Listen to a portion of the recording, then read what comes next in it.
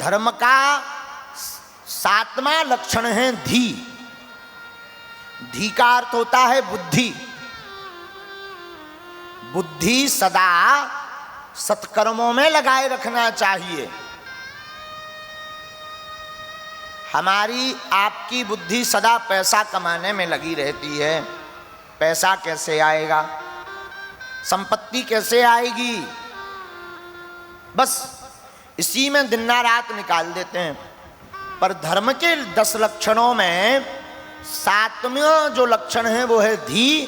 धी का अर्थ बुद्धि। बुद्धि की होनी चाहिए शुद्धि। भागवत से होगी बुद्धि की विशुद्धि।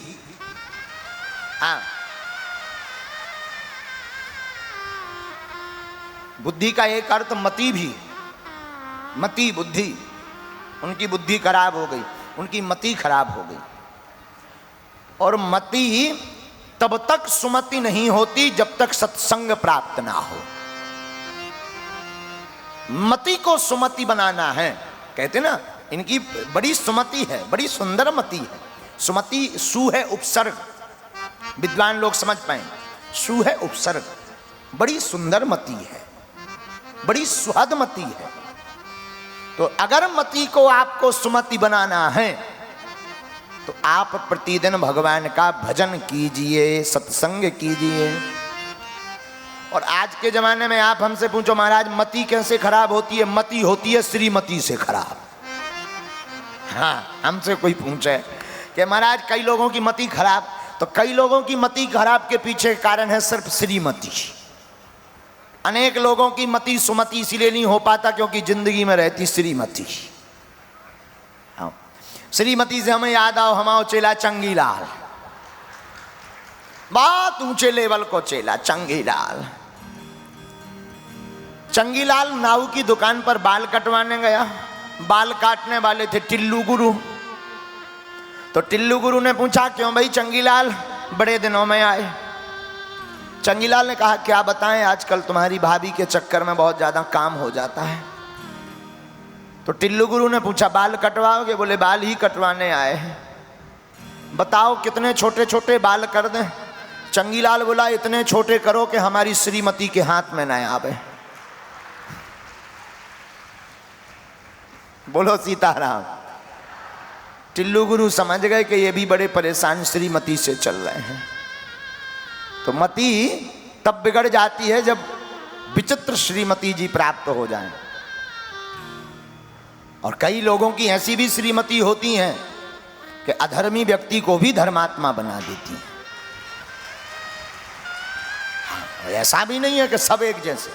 वैसे दिल्ली वाली तो सब ऐसे ही है। दिल्ली वाली जितनी माताएं हैं सब माताएं एकदम धर्मात्मा।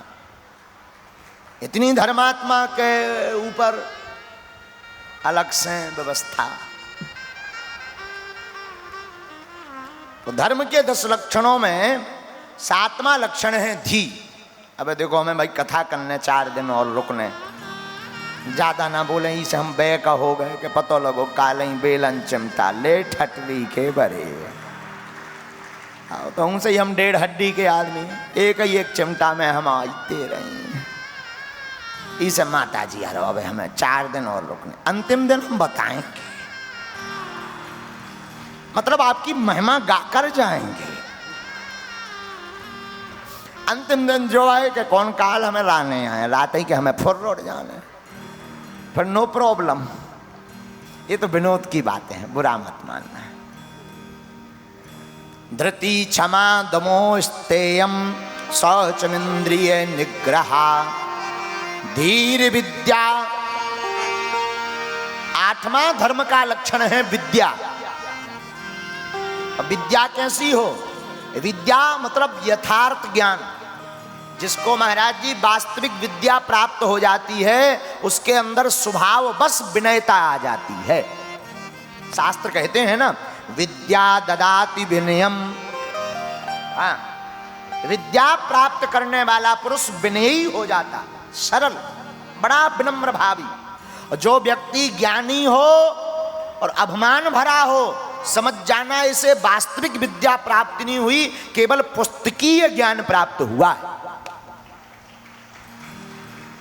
किताबों का ज्ञान अभिमान लाता है, पर किताबों का अनुगमन करके गुरु का ज्ञान विनयता प्राप्त देता है। इसलिए तो गुरु की महिमा है। गुरु की महिमा शास्त्र में क्यों है? क्योंकि गुरु विनयता। कई लोग हमसे पूछते हैं महाराज जी प्रणाम करने की प्रथा क्यों? प्रणाम करने के अनेक फायदे हैं। दंडवत प्रणाम करने के अनेक फायदे हैं। तिब्बत में अपने गुरु को 1,000 प्रणाम करने की प्रथा है। तिब्बत में महाराज, हाँ, 1,000 बार गुरु अंदर झोपड़ी में बैठे हैं और शिष्य 1,000 बार प्रणाम करता है दंडवत।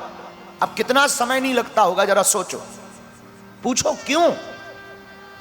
कुछ नहीं कारण सिर्फ इतना है, 1000 बार प्रणाम करने से अर्थ कुछ नहीं निकलता, सिर्फ अर्थ इतना निकलता है कि अभिमान नहीं आता है। ईगोलेस, अभिमान रहित, ईगो रहित हो जाता है।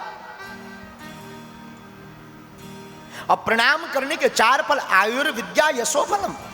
यशोबलम शास्त्र में आया है, जो अपने गुरु को, अपने मां को, अपने पिता को जो बालक अथवा बालिका प्रतिदिन प्रणाम करते हैं, उनकी आयु बढ़ती है, उनका यश बढ़ता है, उनका बल बढ़ता है और उनका ज्ञान बढ़ता है। जो बालक अथवा बालिका, अब आप कहोगे महाराज जी हमारे गुरुजी तो 300 किलोमीटर दूर रहते हैं, तो गुरुजी का चित्र रखिए। आप कहो कि माता पिता घर पे रहते हम यहां, तो आप माता पिता का चित्र रखिए, प्रणाम करिए, दंडवत प्रणाम करिए। बहुत से लोग हमसे पूछते हैं महाराज जी आप प्रणाम क्यों नहीं करवाते, आप स्पर्श क्यों नहीं करवाते, क्या दिक्कत? 2 कारण है। पहला, बालाजी का मुखदर रहता, इसलिए दूर से ही राम राम। स्पर्श में, छुआछूत में दिक्कत होती, शरीर पर प्रभाव पड़ता है। तो पहला कारण है मुखदर। हमारी साधना है, एक हमारी एक तपस्या है, हमारा एक नियम है, हमारे गुरु का दिया हुआ एक हमें आदेश है, उपदेश है। और दूसरा कारण सिर्फ यह है कि आप लोगों को प्रणाम करवाएं भी तो आप प्रणाम करना नहीं जानते। आजकल प्रणाम भी मिस कॉल सी, गुरुजी, हद हो गई। घुटनन के पढ़ ले कई लोग तो गुरु, ये का है भैया? घुटनन में आशीर्वाद है का? आशीर्वाद तो चरणों में है। एक ने तो हद कर ली, हाथ के पांव पर है, हम की जो का पांव पर रहे, हम कहीं सीधी चौटैया के पर, सब चरणन के पर हैं, चौटैया के पर, हाथ के का यहां पर रहो, बीच को बीच, सीधो डायरेक्ट ऊपर मूड पे चढ़ जा, न कटा आगी के लगे, चौटैया के पर। एक ने तो और हद कर दी, हमाओ पक्को चेला, भीड़ थी, सामने खड़ा था, हमने कहा कहो चले, गुरु मानसिक प्रणाम स्वीकार हो। हमका ठटरी के बारे मानसिक आशीर्वाद ले ले, तब तय मानसिक प्रणाम करो, तो हम का प्रत्यक्ष आशीर्वाद। तो ये जो विद्यार्थी है ना, पढ़ने वाले, जितनी बहनें बैठी, जितने भाई बैठे पढ़ने के लिए तैयारी कर रहे हैं, यहाँ पढ़ रहे, उनके लिए आज की कथा ये काम की है। धर्म के 10 लक्षण हैं। 10 लक्षणों में जो 8वां लक्षण है वो है विद्या। और तुम्हें अगर विद्या प्राप्त करनी है, कंपटीशन में सफल होना है, तुम्हें असफलता नहीं चाहिए, तुम्हें पास होना है, तो सबसे पहले तो प्रातः काल उठना शुरू करो, माता पिता को प्रणाम करना शुरू करो और फिर पढ़ाई पढ़ना शुरू करो। तुम्हें कोई फेल नहीं कर सकता। तुम मात नहीं खाओगे, इसका मतलब यह नहीं कि तुम सिर्फ प्रणाम भर करो, पढ़ो ही ना।